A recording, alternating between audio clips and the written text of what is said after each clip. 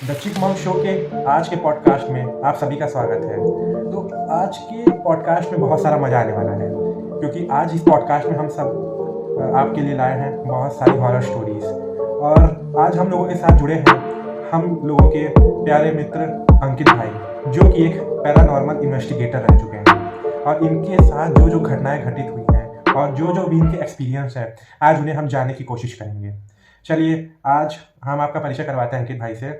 अंकित भाई, सबसे पहले तो मैं द चिपमंक शो के जितने भी दर्शक हैं उनको मैं नमस्कार करता हूं, और मैं आपको ये धन्यवाद देता हूं कि आपने मुझे इस लायक समझा कि द चिपमंक शो पे मुझे जो सच्ची घटना है वो बताने के लिए मुझे इनवाइट किया। हाँ अंकित भाई, तो आपका स्वागत करते हैं हम आज के अपने इस पॉडकास्ट में।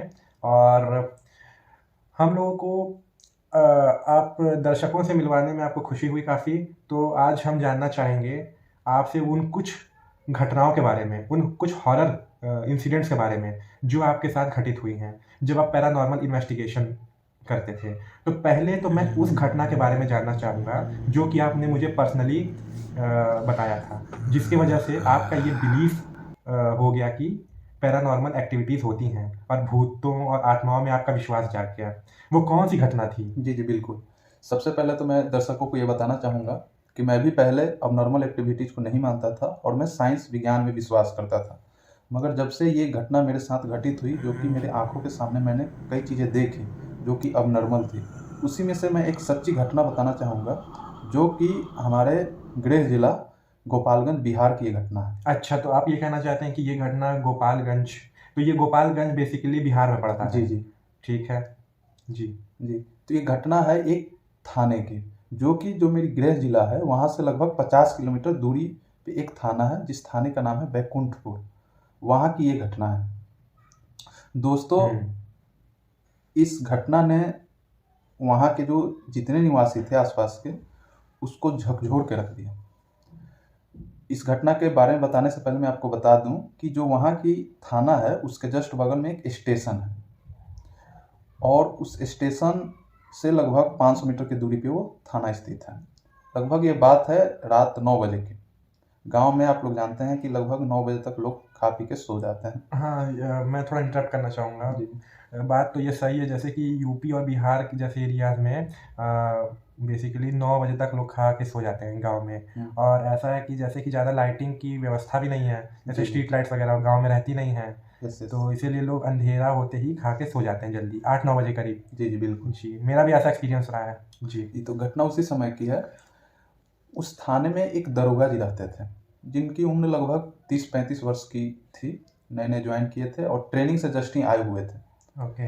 तो उनकी जो रूम थी वो थाने से लगभग 3 किलोमीटर की दूरी पे थी। तो जो स्टेशन था उसके जस्ट बगल से एक रोड जाती थी, उसी रोड के माध्यम से वो अपने रूम पे जाते थे। तो उस रात की ये घटना है। उन्होंने जब अपने रूम के तरफ जा रहे थे, तब उन्होंने देखा कि एक सुनसान रास्ते पे एक औरत पैदल जा रही है। अच्छा, मतलब मतलब वो जो पुलिस में थे, हाँ तो वो रात को जा रहे थे, मतलब कोई ड्यूटी वगैरह करके जा हाँ, रहे ड्यूटी वगैरह करके वो अपने क्वार्टर पे जा रहे थे। क्वार्टर मतलब अपने रूम पे जा रहे थे, जहाँ वो रहते थे। जी। तो उन्होंने देखा कि एक औरत जा रही है उस सुनसान रास्ते से। तो जैसा कि मैंने बताया वो पुलिस थे, तो वो करेजियस भी थे। तो उन्होंने उस औरत से पूछ लिया कि तुम इतनी रात को सुनसान रास्ते पे कहाँ जा रही हो। तो उस औरत ने बताया कि वो बलिया की रहने वाली थी।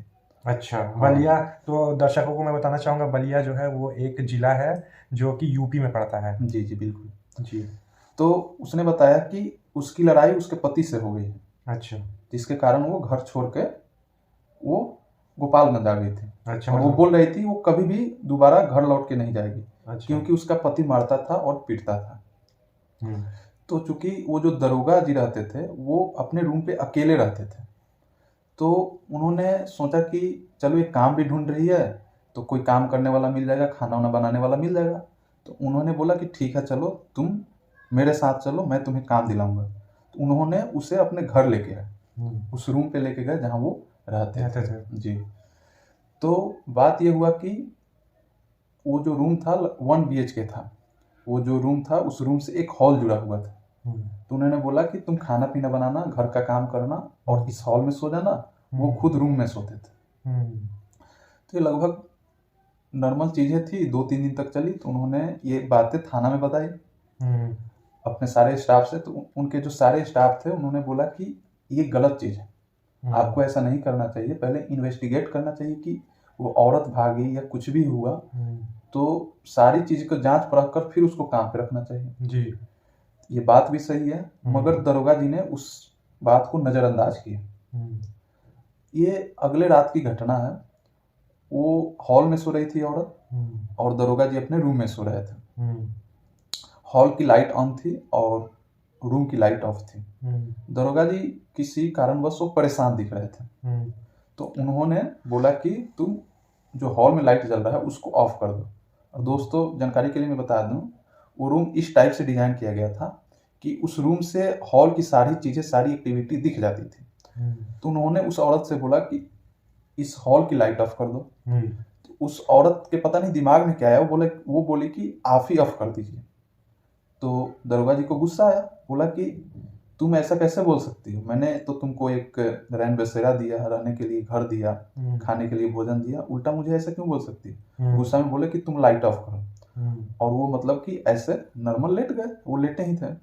अच्छा, मतलब उन्होंने सोए नहीं थे, हाँ। मतलब गहरी नींद में हाँ। गए थे, बस लेटे थे हाँ, वो। लेटे थे, मतलब वो सोए नहीं थे। अच्छा अच्छा, ठीक है। क्योंकि उन्हें नींद नहीं आ रही थी, वो थोड़े परेशान दिख रहे थे। ठीक है। तो उन्होंने बोला कि तुम लाइट ऑफ करो। वो फिर गुस्से में उन्होंने बोल दिया। फिर उन्होंने अचानक से देखा कि वो जहाँ सोती थी और जो स्विच था, जो लाइट ऑफ करने वाला जो स्विच था, वो लगभग 6 से 8 फीट की दूरी पे था। अच्छा, मतलब जो उसका बेड था हॉल में और जो हॉल में लाइट की स्विच थी, जी जी उनके बीच में डिस्टेंस जो था वो 6 to 8 फीट था। जी, बिल्कुल बिल्कुल। और मैं दर्शकों को बताना चाहूंगा 6 to 8 फीट मतलब काफी लंबी। तो जैसा कि मैंने बताया कि उस हॉल और जो रूम था वो दोनों अटैच था। और जो हॉल में चीजें, जो सारी चीजें जो होती थी, वो रूम से डायरेक्टली दिख जाता था, इस टाइप से मतलब वहाँ का स्ट्रक्चर था। अच्छा। तो उस जिस बेड पे वो औरत सोई हुई थी, वहां से लगभग जो स्विच की दूरी थी वो 6 से 8 मीटर की दूरी पे थी। अच्छा। तो उन्होंने गुस्से में बोल दिया कि तुम ऑफ करो, और वो डांट भी दिया था। तो उन्होंने देखा कि वो औरत ने लाइट ऑफ किया, अपने बेड से उठी भी नहीं, और उसने हाथ बढ़ाया और लाइट को ऑफ कर दिया। दरोगा जी देखी कि यार ये तो 8 फीट लंबा हाथ, ये कैसे हो गया। फिर मतलब वो एकदम से डर गए।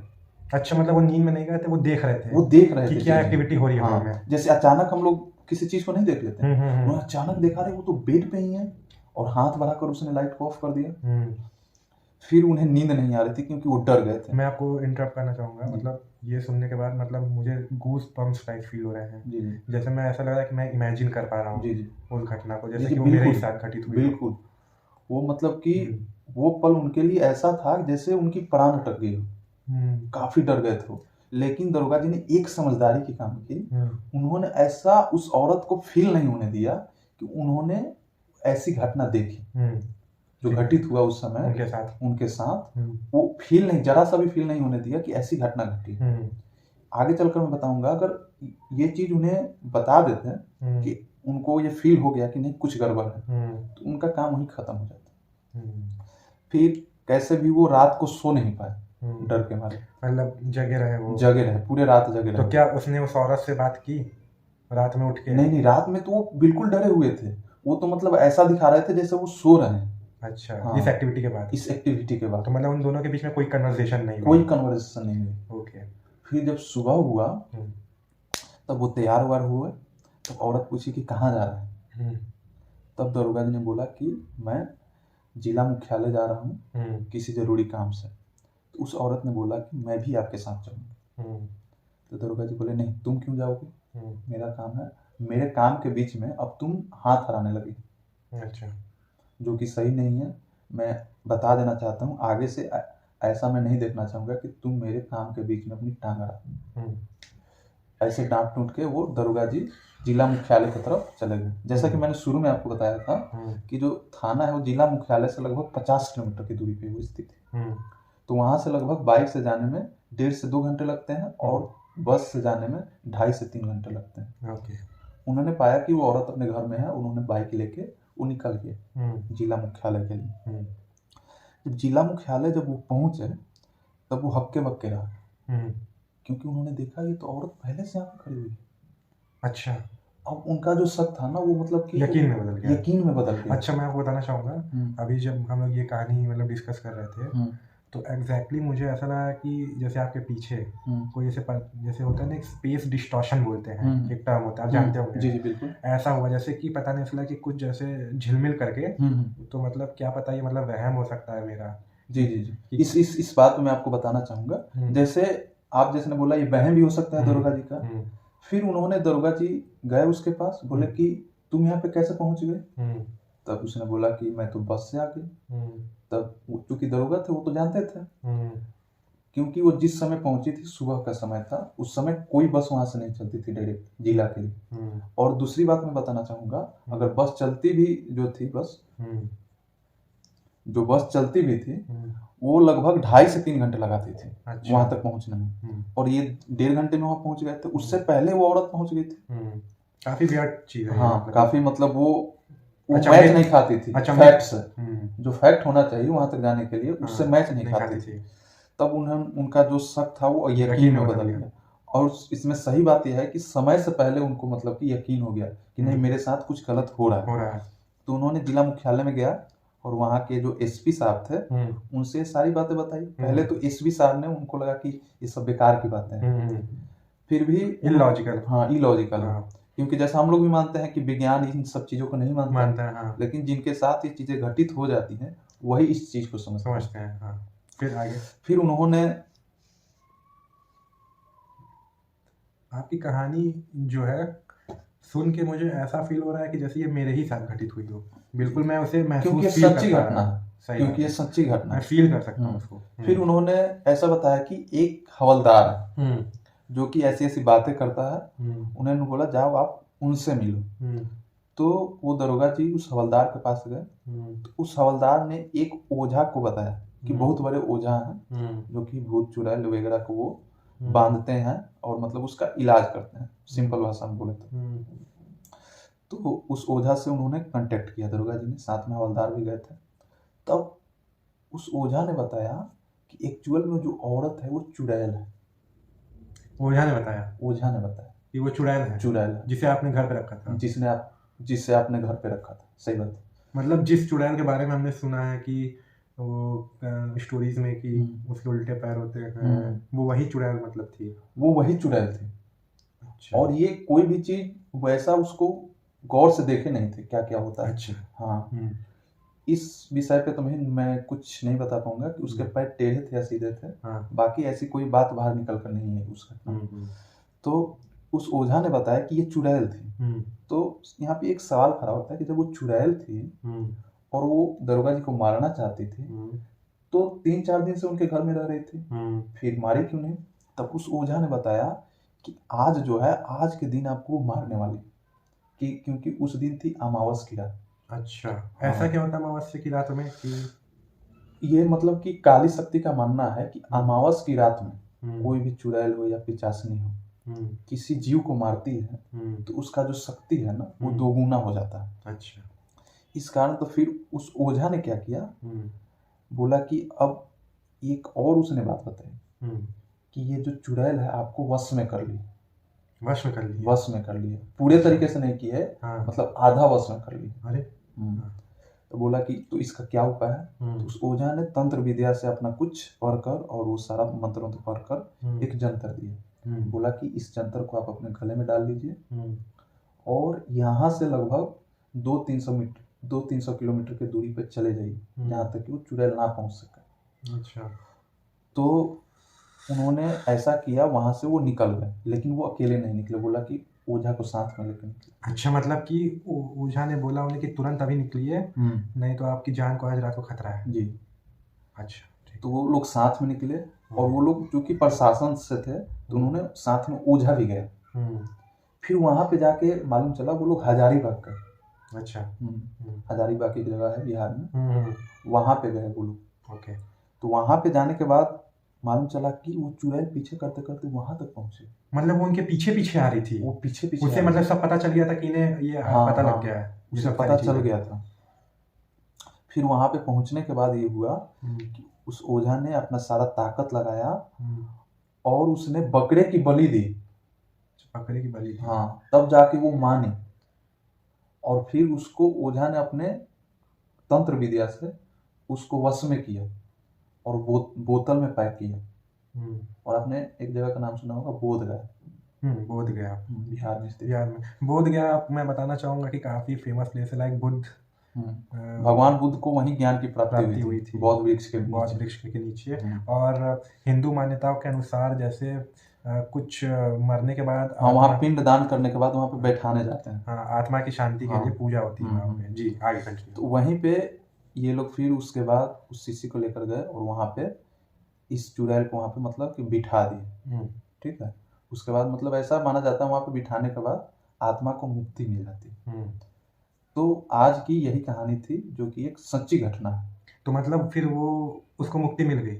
हाँ, ऐसा मानना है कि वहाँ पे बिठाने के बाद तो आत्मा को मुक्ति मिल जाती है। तो मतलब उसने फिर कोई हार्म नहीं पहुंचाया? कोई हार्म नहीं पहुंचाया, कोई नुकसान नहीं पहुंचाया। और कहने का मतलब ये था, अगर उस रात ये चीजें उनको मालूम नहीं होती तो अगले रात उनको मार देती। अमावस्या की रात वो मार देती, जिसका वो इंतजार कर रही थी, उस रात का इंतजार कर रही थी। मतलब कि मैं आपको बताना चाहूँगा, मैं चुड़ैल, घोस्ट, ये जितने, इनमें मैं विश्वास नहीं करता हूँ, लेकिन मैं स्पेशली इन्हें बुलाया हूँ भाई को कि ये अपनी कहानी शेयर करें और हम तक ये बात पहुँचे कि ये सब चीज़ें होती हैं।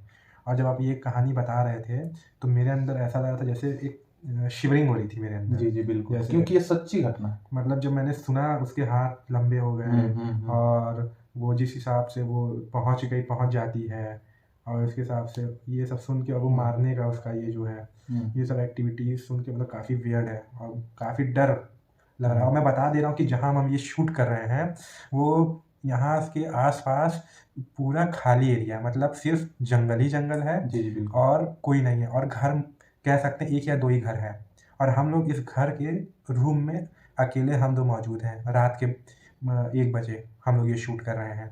और इवन मैं बता रहा हूँ कि शूट करते टाइम मुझे एक पीछे डिस्टॉर्शन, मतलब कि एक झिलमिलाहट दिखी मुझे, और पता नहीं है मेरा वहम है कि क्या है कि नहीं, ये होता है, ये काली शक्ति का जो है ये प्रभाव है। कहा जाता है ना कि जहाँ भगवान होते हैं ना, वहाँ शैतान भी होता है। ये चीजें होती हैं, जगह जगह का अंतर है। अगर आप मंदिर में जाएंगे तो वहाँ पॉजिटिव एनर्जी आपको देखने को मिलेगी, और वही आप जब सुनसान मरघट जैसी जगहों पर जाएंगे वहाँ पे आपको ज्यादा निगेटिव एनर्जी देखने को मिलेगी। ये सारी चीजें। तो आज अंकित भाई हमारे साथ जुड़े और हमें अपने साथ जुड़ी ये सच्ची घटनाओं को शेयर किया, और जिसकी वजह से इनकी थिंकिंग ही पूरी चेंज हो गई, और मेरे अंदर भी कुछ चेंजेस आए हैं अब ये सुनने के बाद, मेरी थिंकिंग में भी कि हाँ कुछ ऐसा होता है। तो मिलते हैं नेक्स्ट एपिसोड में। होप आपको ये कहानी अच्छी लगी हो, जो एक सच्ची घटना है। और द चिपमंक शो को सब्सक्राइब करना ना भूलें, लाइक करें, शेयर करें, और हमें इतना ही प्यार हमेशा देते रहें। हम ऐसे ही नेक्स्ट पॉडकास्ट में नेक्स्ट स्टोरी के साथ आपके साथ मिलते हैं। थैंक यू अंकित भाई। मिलते हैं किसी अगले दिन नए स्टोरी के साथ। तब तक के लिए धन्यवाद।